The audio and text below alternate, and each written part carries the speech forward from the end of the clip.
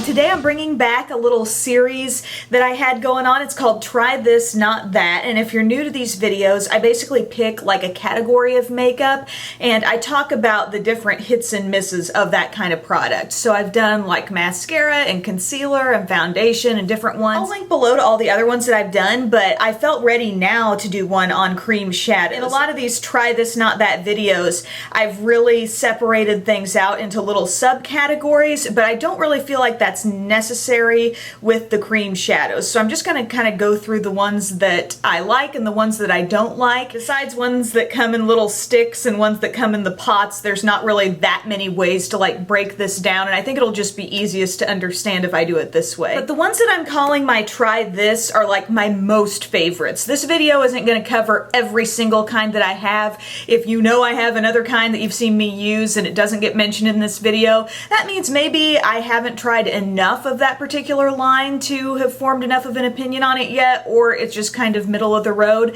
But as for the things that I would really recommend, I want to start off with the e.l.f. Smudge Pots. These are so affordable. I've tried a handful of different colors. I've been really pleased with the way these go on. I do have a specific review of them, and I just blend them out with eye brushes. I like using my Real Techniques brushes, and I can get like a total blend on these shadows that is very consistent with the look I would get with powders. So I think that says a lot. They're very easy to work with. You don't have to feel like you must top these with a powder shadow to make them last or keep them from creasing. And that's a trend you're going to see with a lot of these cream shadows that I like so much. Now, another cream shadow that comes in the little pot that I really like are the Maybelline Color Tattoos. And I think if you're looking for maybe an expanded shade selection past what the Smudge Pots offer you, you might look into these. They also come out with limited edition collections every so often. I've got a really fun shade here. It's actually called Fierce and Tangy. I used this with a look recently. Like, they've got some different bright colors that are a lot of fun to work with. And as a whole, I've had really good luck with these. I found the Leathers collection, the ones that I had, to be like a little bit drier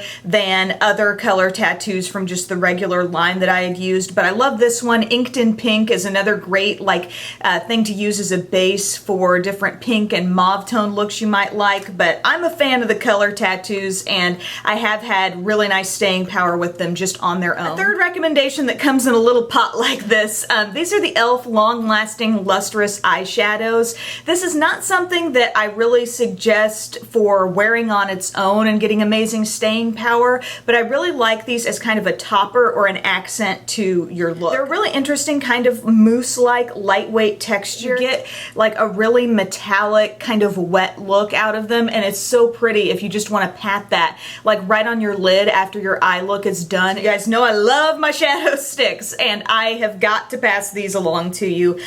You've probably seen me using these in videos, but the Milani Shadow Eyes and also the Jordana 12-Hour Made to Last pencils. These two brands are manufactured by the same company. I am pretty much convinced that these are the same formula, and a lot of the shades overlap. You can smudge them out. You can use them really easily as smudgy eyeliner. These could be your whole look because they're so hardcore long wearing, or you know, use them as a base and top other powder shadows on top to make them more intense. A couple of shades that I absolutely love. One from Jordana is called Eternal White. Just a great all-purpose shade to have. I know NYX Milk is really popular, but this would be like NYX Milk but in a really long wearing format. So like I even use this today around my inner corner as a bit of a base for the look I've got going on now, so I think that's very all-purpose. Also from Milani, I've got this shade called Almond Cream. This is another matte, no shimmer shade, and this is great in your lower inner rim to brighten, or if you just want a totally nude, like kind of neutralizing look on your eyelids before you start a look.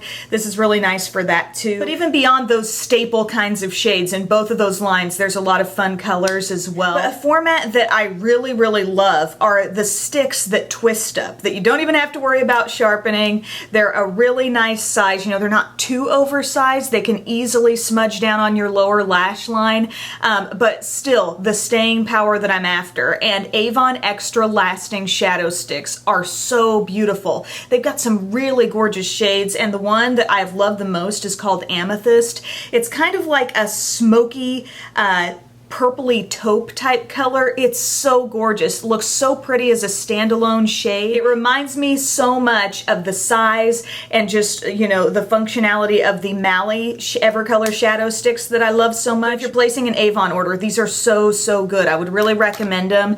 And speaking of the Mally shadow sticks, I've got tons of gorgeous colors, and most recently she came out with a matte duo that's matte brown and matte black, and I've got to tell you, I've been using the matte black here and there sometimes as an eyeshadow base, but where this has impressed me even more is the incredible staying power in my waterline. Like absolute all-day staying power of this matte black. I mean, I can't say I'm really surprised by the staying power because the other shadow sticks have been so good, but the bulk of her line is shimmery, so it was great to see that a couple came out that were matte and just really basic colors. So if you're looking for some things that I would recommend, those would be the things I would say, hey, try this, but I've got a few things that I definitely would not recommend as well.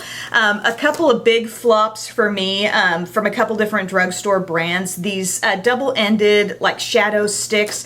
This one is the Revlon Colorstay Smoky shadow stick, and I have it in Smolder. The claims on this said like it will last for 12 hours with no smudging, no creasing, and it absolutely did not do that for me. I don't consider this to be like a long-wearing shadow. If you apply them sparingly enough, sometimes, you know, just a standard cream eyeshadow can work still as a base to some powders and still be effective in that way. And I'm not saying you couldn't use this like that, but compared to some of the other creams that I've talked about, this just isn't quite as functional and doesn't live up to what the brand says it would do. So that's a not that for me. Also, the CoverGirl Smoky Shadow Blast. This is another thing, very similar concept. They've got like a rounded off jumbo shadow stick on one end and then a little bit more shaped one on the other. And I just really was not that impressed by this. When I used this alone on my eyes, I turned into an absolute grease slick. Like everything was collecting in my crease.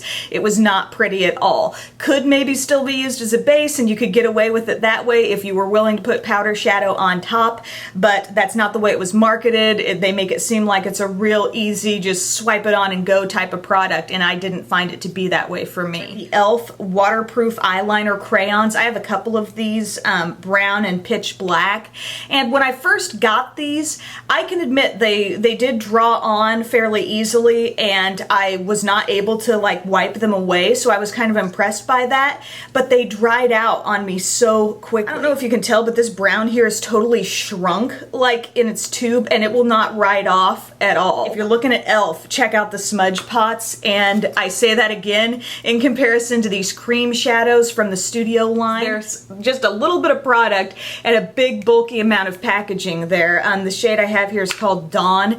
It's not like a ugly shade or anything. I've used this plenty of times and thought it was kind of pretty, but it's definitely drying out on me, and it's not that totally smudge free type of thing that you get with the Smudge Pots, which I think are so amazing for the price. And I did want to give a little mention to an in-betweener kind of product for me, the NYX Jumbo eye pencils. I remember when this was like the only kind of cream shadow type of thing I had. I think they've got some great colors, and if you need like a cream shadow in a real specific shade, you know, you might look to this line, but I've pretty much got to exclusively use these as something that I plan to top with powder eyeshadow. Otherwise, the look will crease quite a bit. I've also got to be kind of careful to really remove any excess product, make sure I don't have too much on my lids. Otherwise, sometimes even with powder on top, I'll have some creasing. But since those years when I was first using these a lot, so many other more long-wearing options have come out for a comparable price. So